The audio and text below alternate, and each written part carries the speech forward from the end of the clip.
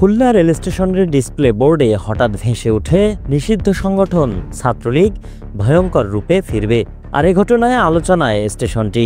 বোর্ডে প্রচার হওয়ার পরই চাকুরি হচ্ছে না, কম্পিউটারে দক্ষতা নেই, আজই যোগাযোগ করুন জেলা পরিষদ কম্পিউটার আলোর পথে, রংপুর। আসন সংখ্যা সীমিত। খুলনা রেল স্টেশন এলাকায় দেখা দেয় চরম উত্তেজনা। শনিবার সন্ধ্যার পর খুলনা রেল স্টেশনের মূল ফটকে ডিজিটাল ব্যানারে হঠাৎই একটি বার্তা প্রচার হতে থাকে, যেখানে লেখা ছিল ছাত্রলীগ আবার ভয়ঙ্কর রূপে ফিরবে, জয় বাংলা, জয় বঙ্গবন্ধু, শেখ হাসিনা আবার আসবে। এই বার্তায় বিএনপি নেতাকর্মী এবং বৈষম্য বিরোধী ছাত্র আন্দোলনের সদস্যরা রেল স্টেশনে গিয়ে বিক্ষোভ শুরু করেন। এ ঘটনায় বিক্ষুব্ধরা একজনকে আটক করে পুলিশ আসলে তাকে হস্তান্তর করে। এই বার্তা রাজনৈতিক উদ্দেশ্য নিয়ে প্রদর্শিত হয়েছে বলে দাবি করেন বিক্ষোভকারীরা।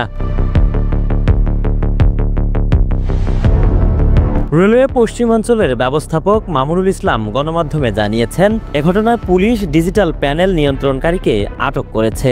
এছাড়াও 5 সদস্যের তদন্ত কমিটি গঠন করা হয়েছে।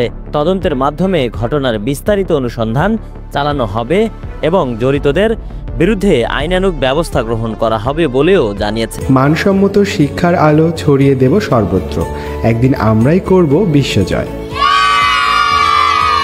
মেধা তৈরিতে, মেধা বিকাশে, মেধা মূল্যায়নে শিবরাম স্মৃতি pre cadet school and college, Rangpur. তিনি এই ঘটনার প্রেক্ষিতে রাজনৈতিক দলগুলোর মধ্যে এই মুহূর্তে উত্তেজনা ছড়িয়ে পড়েছে। বিশেষ করে বিএনপি নেতাকর্মীরা এর তীব্র প্রতিবাদ জানিয়েছেন। তবে ঘটনাটি কেবল খুলনায় নয়, পুরো দেশের রাজনৈতিক পরিস্থিতি এখন আলোচনার কেন্দ্রবিন্দুতে পরিণত করেছে।